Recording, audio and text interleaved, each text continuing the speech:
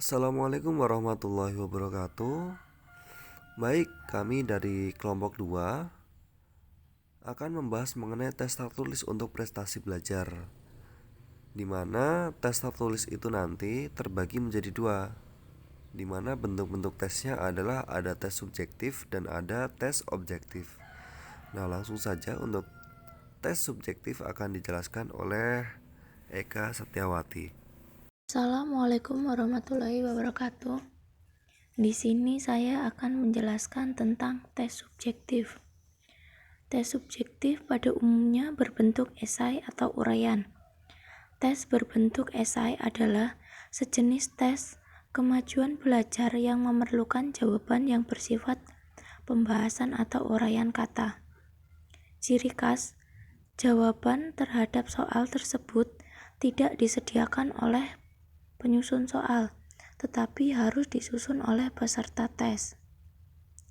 Goalsnya, soal-soal berbentuk uraian ini menuntut kemampuan peserta tes untuk dapat mengingat-ingat dan mengenal kembali, dan terutama harus mempunyai daya kreativitas yang tinggi dalam pengerjaannya. Kemudian, kelebihannya mendorong siswa untuk berani mengemukakan pendapat serta menyusun dalam bentuk kalimat yang bagus. Yang kedua, memberi kesempatan kepada siswa untuk mengutarakan maksudnya dengan gaya bahasa dan caranya sendiri.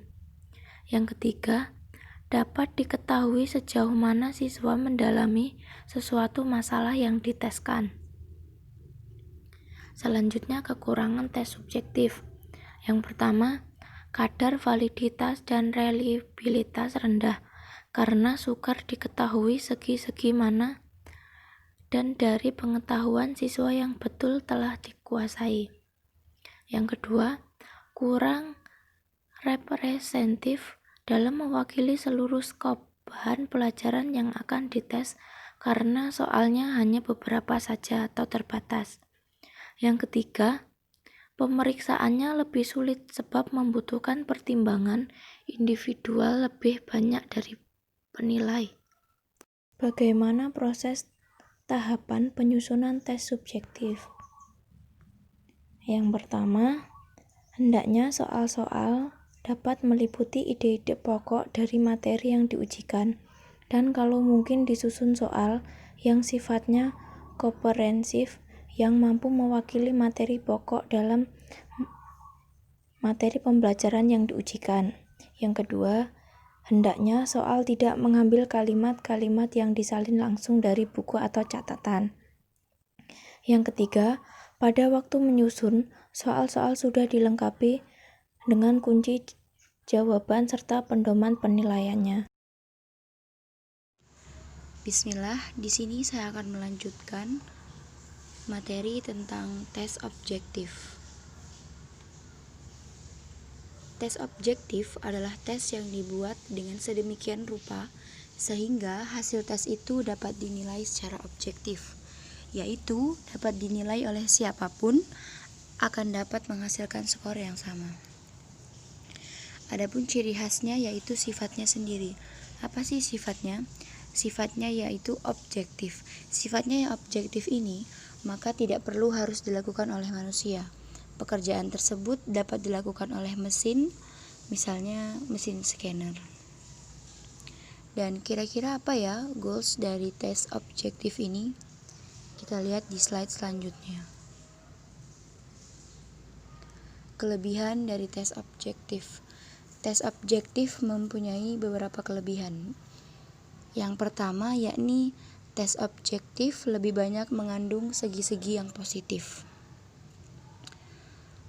Misalnya lebih representatif, mewakili isi dan luas bahan. Lebih objektif, dapat dihindari campur tangannya unsur-unsur subjektif, baik dari siswa maupun dari segi guru yang memeriksa. Yang kedua yakni tes objektif lebih mudah dan cepat cara memeriksanya karena menggunakan kunci tes, bahkan alat-alat hasil kemajuan teknologi.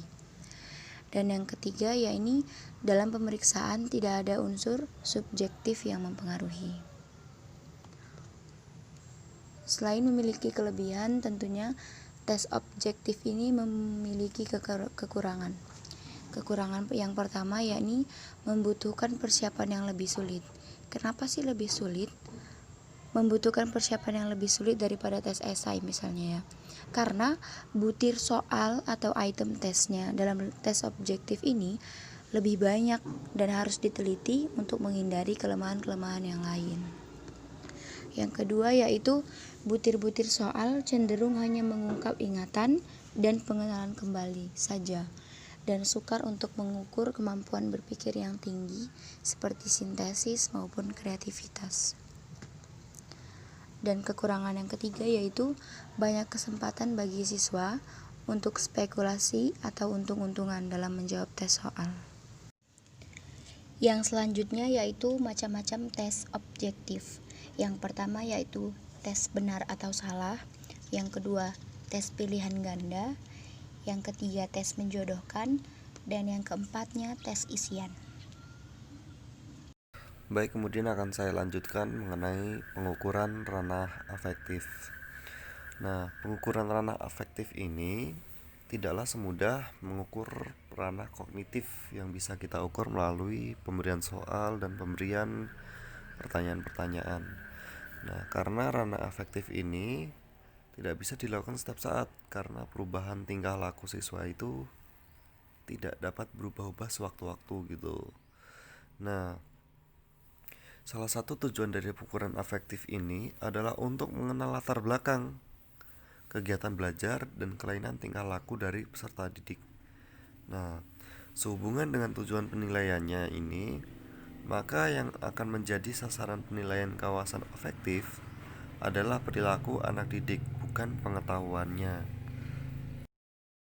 Kemudian, yang selanjutnya adalah pengukuran ranah psikomotor.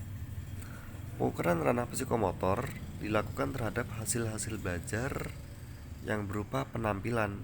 Nah, halnya nih, misalnya penampilannya adalah menggunakan termometer diukur mulai dari pengetahuan mereka mengenai alat ukur tersebut, pemahaman tentang penggunaannya, kemudian baru cara menggunakannya. Kemudian adalah mengenai kisi-kisi. Kisi-kisi merupakan suatu format ataupun matriks yang memuat kriteria tentang soal-soal yang diperlukan atau yang hendak disusun. Nah, biasanya kisi-kisi ini biasa kita sebut bocoran ya. Ketika guru memberikan kisi-kisi, kira-kira soal apa saja yang akan keluar, kira-kira topik apa saja yang akan keluar begitu. Nah, fungsi dari kisi-kisi seperti pada PowerPoint yang tertampil pada PowerPoint dan di mana syarat-syaratnya sudah tercantumkan. Nah, mungkin teman-teman bisa memperhatikan. Nah, mungkin itu saja presentasi dari kelompok kami. Bila ada salahnya, kami mohon maaf. Untuk yang ingin bertanya, kami persilahkan.